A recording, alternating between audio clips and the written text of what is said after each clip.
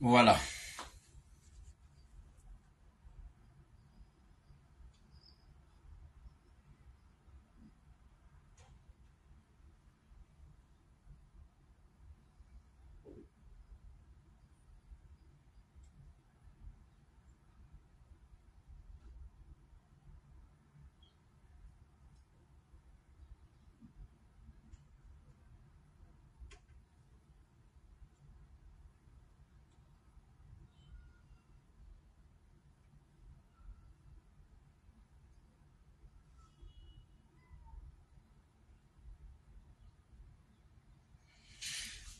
Alors, bonjour, bonjour, Samassi, comment ça va? Ah, André Samassi fait partie des personnes qui attendent le matin bonne heure, à l'heure habituelle. Ça marche. Alors, bonjour mesdames et messieurs, nous sommes aujourd'hui mardi 25 juin de l'an 2024. Il est exactement 8h11 minutes en France. Donc 6h11 minutes en Côte d'Ivoire. Ils sont couchés, ils vont nous prendre plus tard en marche. Amadou Diallo, bonjour, soyez salués. Il fait très chaud aujourd'hui en France. Très chaud aujourd'hui en France. Nous sommes aujourd'hui, on est déjà à 31 degrés. Ah là, ça va mousser ce jour-là. Alors, donc, bonjour, monsieur Eraba, comment tu vas? Tu vas bien, mon cher monsieur? Alors, nous avons assisté à un premier meeting ouvert de Thiam. Et cette fois-ci, il a choisi Soubré, donc la région de la Nawa. C'est bien cela. Et il a tenu des propos, ou du moins au cours de son meeting, Thiam a fait allusion à beaucoup de choses. Et aujourd'hui, qui défraie la chronique. Sur la toile, ouais, Thiam. Bon, on va pas aller loin. Ce matin, comme vous le savez très bien, notre émission ne dure pas matin. Parce qu'il ne faut pas embrouiller les gens matin. On fait un peu, pour juste... D'abord, notre émission Matin Bonheur a un objectif thérapeutique. Si je peux m'exprimer ainsi, ça veut dire que ça fait partie des... C'est comme quand le médecin te dit chaque matin pour être en forme, il faut consommer ça, il faut faire ça, il faut boire du jus. Voilà, notre émission Matin Bonheur se positionne ça dans ce carnaval-là aussi, c'est-à-dire à une portée thérapeutique. Et au-delà de ça, une portée informationnelle, c'est comme le journal télévisé de matin, voilà. C'est comme ça, donner quelques informations et puis paf, c'est parti. Donc on va aller très rapidement. On va pas aller loin. On va prendre un seul pan du discours de Thiam. Il a fait allusion à ce qu'on appelle l'IDH. L'IDH, c'est l'indice de développement humain. Et qu'est-ce que les citoyens ivoiriens d'Abidjan, d'Adjamé, d'Abobo, de Yopougon, de Benjerville, de Bassam, de Soubré, de Lakota, de Divo, de Bassam, de Grand Laou, de Taféré, de Ferkesedou, de Wangolo, de Boaké, de Djibroso, doivent comprendre par l'IDH. C'est ce qui est très important. Les intellectuels en haut là-bas, là, qui viennent s'asseoir sur télévision pour dire l'IDH, c'est pas faux, on n'est pas à cette place. Laissons-les. Venez écouter le CENI. Il va vous expliquer l'IDH dans notre langage à nous en tant qu'Ivoiriens. Dans notre compréhension à nous en tant que Abobolais, Yopougonais, Adjamélais. Venez. L'IDH, c'est un indice, c'est un instrument pour mesurer le temps qu'un être humain peut faire dans un pays de sa naissance jusqu'à sa mort, en moyenne. Et ce temps-là on le calcule sur à travers plusieurs indicateurs. Est-ce qu'il vit bien? Parce que vivre bien peut améliorer la santé, peut être générateur de longévité. Vivre bien, sans trop de stress tous les jours, peut contribuer à maintenir ta santé au top. Prenez deux personnes dans deux pays différents. On ne va pas citer de pays, mais dans notre pays et dans un autre pays à travers le monde. Et ces deux personnes-là, ils ont le même âge. Ils sont nés le même jour, à la même heure, à la même seconde. Et lui, quand le bébé qui est né en Côte d'Ivoire,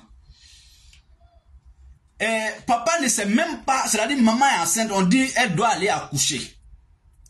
Papa ne sait même pas si ma femme accouche aujourd'hui, ou dans ce mois, ou cette année-là. Papa ne sait même pas comment il va payer le lait du bébé. Papa ne sait même pas comment, si par extraordinaire, on dit qu'elle doit accoucher par césarienne, là c'est le chaos.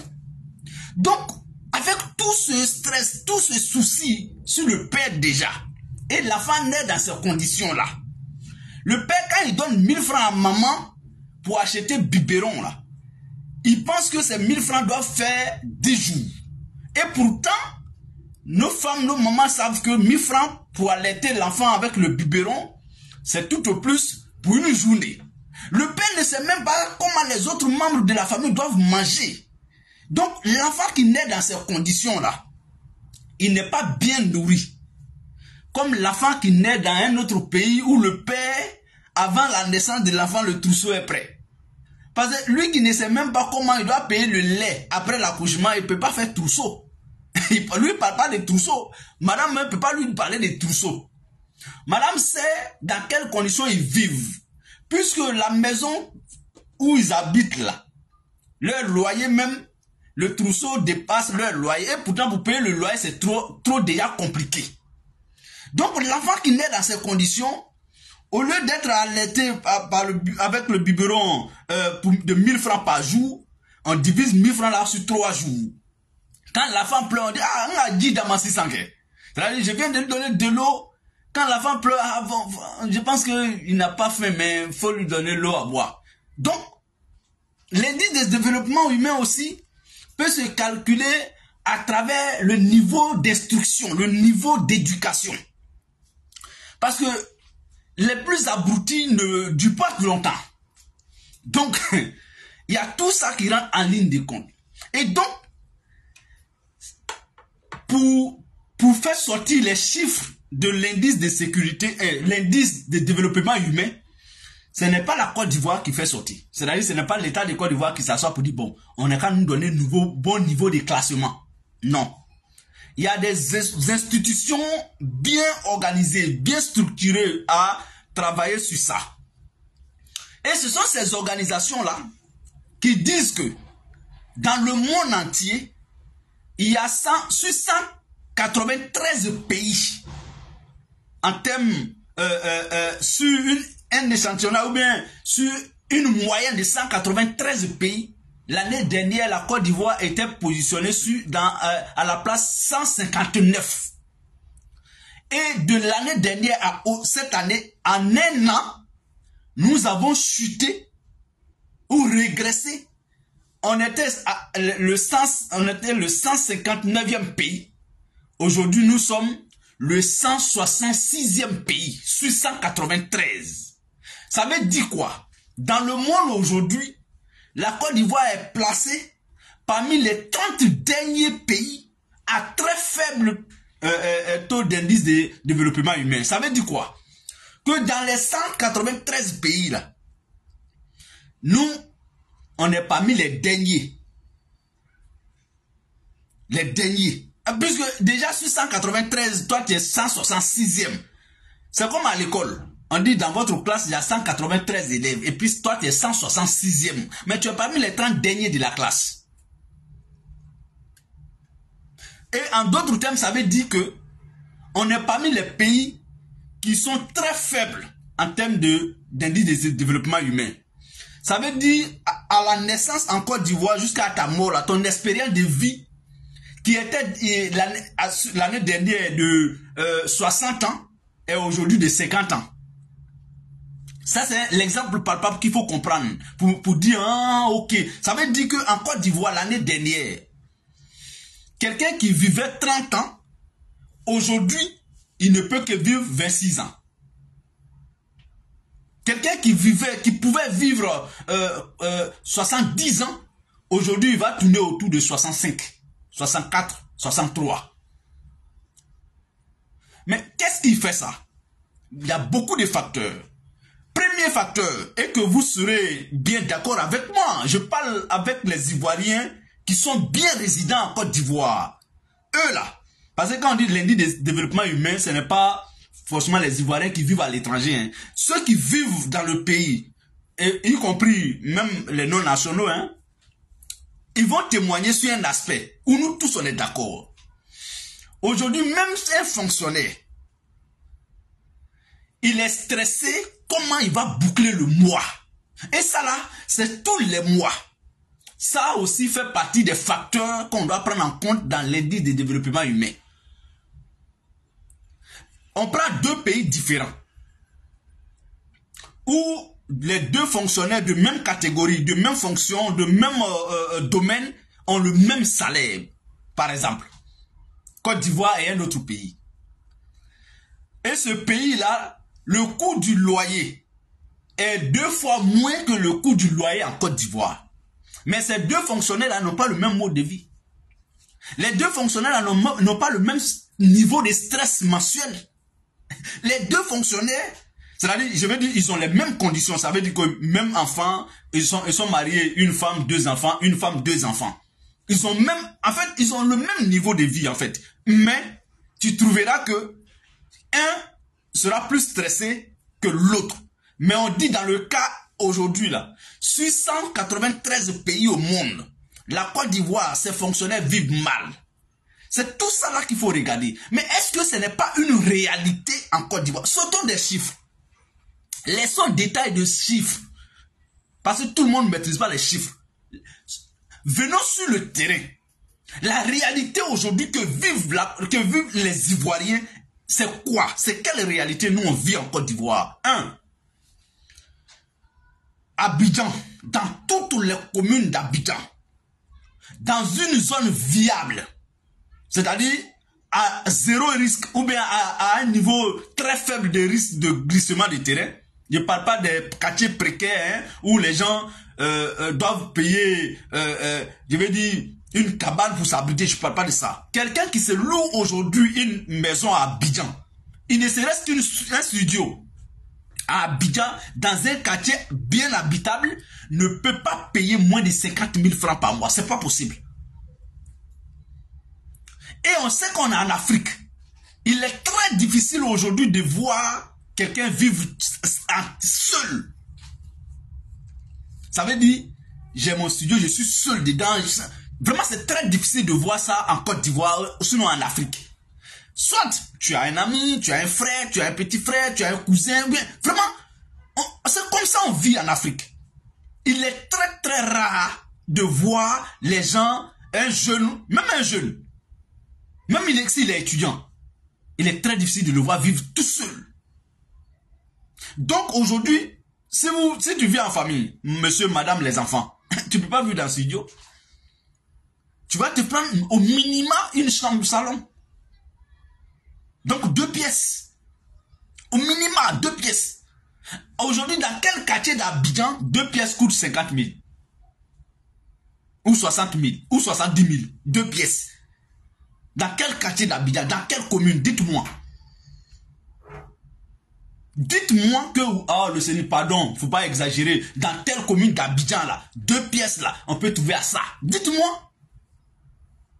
Bon, un fonctionnaire qui a 250 000 par mois, ou bien 300 000 francs par mois, c'est pas un petit fonctionnaire quand même en Côte d'Ivoire. Donc, il y a des fonctionnaires en Côte d'Ivoire qui ont un salaire de 150 000 francs CFA net, après impôt. Il y en a en Côte d'Ivoire. 150 000 francs. D'autres même moins que ça. D'autres, si on leur donne 200 000 comme salaire, il dit, mais lui, ça va chez lui. Il a au moins 200 000 par mois. Hein? Mais aujourd'hui, quelqu'un qui a 200 000 francs CFA net d'impôts, il est marié, il a deux enfants, ou bien il a un enfant avec femme, les trois. Il paye maison. Popote. Maison dans laquelle ils vivent là, c'est combien? Donc, en résumé, ce que les Ivoiriens doivent comprendre. Monsieur Cham ne dit rien de nouveau que nous, on n'a pas encore dit. Mais bon, comme c'est la politique, les gens pensent qu'on est contre Ouattara. Mais nous décrions les faits des sociétés. La question que je me pose, est-ce que Cham fait peur au RHDP? Bon, la question est légitime. Parce qu'en fait, quand tu as recruté Messi, et que tu t'es vanté des mérites de Messi, du parcours, des relations, des talents du Messi, et que quelqu'un a à peu près le même profil que Messi, que l'adversaire est en train de recruter contre toi, tu es humain, hein? C'est naturel, ça va te faire peur. Monsieur Cham et Monsieur Alassane Ouattara, j'ai dit, ce sont les deux faces d'une même pièce. Ça, c'est ma conviction. Je n'ai rien contre Cham. Je veux qu'il fasse la politique dans son pays, la Côte d'Ivoire. Mais j'ai dit, ces deux personnalités-là, ce sont les deux faces d'une même pièce. Il n'y a pas de débat. C'est pourquoi le RHDP, à chaque sortie de Cham, ils vont avoir la démangeaison. Parce que de la manière où Ouattara est rentré dans le jeu politique là, en Côte d'Ivoire, et puis il est devenu président après 18 ans d'opposition, c'est de la même manière que Cham est en train de rentrer dans le débat politique. Je vais vous citer quelques éléments. Monsieur Ouattara est rentré dans la politique avec une nationalité douteuse. Ah bon, je n'ai pas dit qu'il n'est pas ivoirien, mais je dis bien avec une nationalité douteuse, ce n'est pas moi qui le dis. Ah, il est ivoirien, ah, il n'est pas ivoirien, ah, sa maman est ceci, ah, c'est comme ça. Et, en fait, quelle que soit la manière que tu vas rentrer en politique, et que ça fait déjà objet de polémique, de débat, c'est en ta faveur. C'est pas contre toi, hein. Tu peux estimer que c'est contre toi. Parce que peut-être que les mots sont mal choisis. Peut-être que c'est blessant. C'est rabaissant. Mais je dis bien, sur le volet politique, si on reste dans le carnaval politique, c'est en ta faveur. Bon, dans la société, ça peut te fatiguer. Tes enfants peuvent prendre des coups. Parce que quand on dit, ah, ton papa n'est pas ceci, ton papa est ceci, ça fait mal. Mais sur le plan purement politique, c'est en ta faveur. C'est à ton avantage. Quelle que soit la manière. Politiquement, ça veut dire que tu es craint par tes adversaires. Il n'y a même pas de débat. Ouattara a subi la même chose et puis il est devenu président plus tard. C'est pourquoi je ne rentre pas dans ça, dans l'affaire de Cham. On a dépassé ce niveau de débat en politique. Ah, il est sénégalais. J'ai vu un intellectuel organique envoyé par le RHDP sur le plateau de LCI 360. Un transfuge du PDCI-RDA qui, à une époque très très récente, en 2020, tapait sur le RHDP. Déconstruisait le RHDP. Monsieur Gouali, qui se retrouve sur un plateau où il venait de se réveiller de son sommeil profond. Qui traite Cham de tout et de n'importe quoi. Mais voici des gens qui étaient au PDCI-RDA, quand on envoyait venir voir Cham ici, il n'a qu'à donner de l'argent pour aller financer les différentes campagnes. Vous voyez? Ils ont détruit la valeur de la politique ivoirienne. Donc, mesdames et messieurs, on ne va pas faire long ce qui est court. Le RHDP là, c'est pourquoi ils ont peur de Thiam, parce que effectivement eux là, ils ont été la même victime. Ils ont été tapés avec le même bois. C'est ce bois là ils ont aujourd'hui. Ils veulent taper Thiam avec. Tapez-le avec. Tapez-le avec, vous verrez que quand on tape quelqu'un avec le bois que vous avez là, c'est que devient la personne, vous verrez. Nous tous on va voir ça en Côte d'Ivoire ici. Comme vous n'avez rien dans votre cervelle là, pour faire la politique, taisez-vous. La politique de la haine, on n'est plus à ce niveau-là. La politique du tribalisme, du clanisme, on n'est plus à ce niveau. La politique régionale, on n'est plus à ce niveau. La politique ethnique, on n'est plus à ce niveau. Ils veulent prendre la religion, l'ethnie. Pourquoi? Vous êtes tombé bas. C'est pourquoi quand tu vois un parti politique se comporter comme ça, surtout au pouvoir, c'est la fin. C'est l'échec. C'est tout ce qu'on doit savoir. Quand ce n'est pas la fin là, on ignore certaines choses. Mais une fois c'est la fin, on veut s'accrocher à tout. Même à du coton sur la mer, on pense que ça peut être pour nous un bouée de sauvetage. Non, le RHDP n'échappera jamais au déclin. Le RHDP est à la fin de son règne. Bon, je vous pose la question, c'est par là que je vais terminer. Est-ce que le RHDP est au début de son règne? Est-ce que nous sommes en 2010? Et pourtant, il y a 3 étapes dans l'évolution des systèmes. Il y a la naissance du système. Merci beaucoup. Eh non, tu connais mon deux. Il y a la naissance du système. Il y a la maturation ou bien la majorité ou bien la maturité du système. Et il y a le déclin du système. C'est comme un être humain. On naît, on grandit, on chute. Ça veut dire on meurt. Mais le RHDP n'est pas au début de son système. Le RHDP, ça fait 14 ans ou 13 ans ils sont au pouvoir. Ce n'est pas le début. On ne peut pas me dire à moi que le RHDP est au milieu. Ça veut dire que le RHDP va faire encore 13 années ou 14 autres années à la tête de la Côte d'Ivoire. C'est faux. Quand tu n'es pas au début, quand tu n'es plus au milieu, tu avances vers la fin. Tu es presque à la fin. Sinon, tu es à la fin. Mesdames et messieurs, chers amis, c'est par là que je veux vous laisser. C'est pourquoi je vous invite à prendre dès maintenant vos différentes cartes au sein de Génération et Peuple Solidaire. Parce que nous, là, on est à la naissance. Si tu dois miser sur 2 choses, une à la naissance et une vers la mort, pour ton destin, pour ton avenir, pour ton devenir, tu vas miser naturellement sur la chose qui vient de naître ou qui est en gestation. Je vous invite à comprendre le jeu politique de cette façon-là. Demain, je vais vous parler de la naissance de GPS et de l'évolution de la maturité des GPS. Rappelez-moi ça à Inibos pour ne pas que je vienne vous dire autre chose demain. Sauf cas de force majeure. Mais je vais venir vous parler demain de la naissance et de la maturité des Générations et Peuple Solidaire. Je vais venir vous dire demain matin pourquoi adhérer au GPS. J'ai une nouvelle mission au sein des GPS. Je vais venir vous parler de ça demain. Portez-vous bien. À très bientôt. Au revoir. À demain, hein, à la même heure.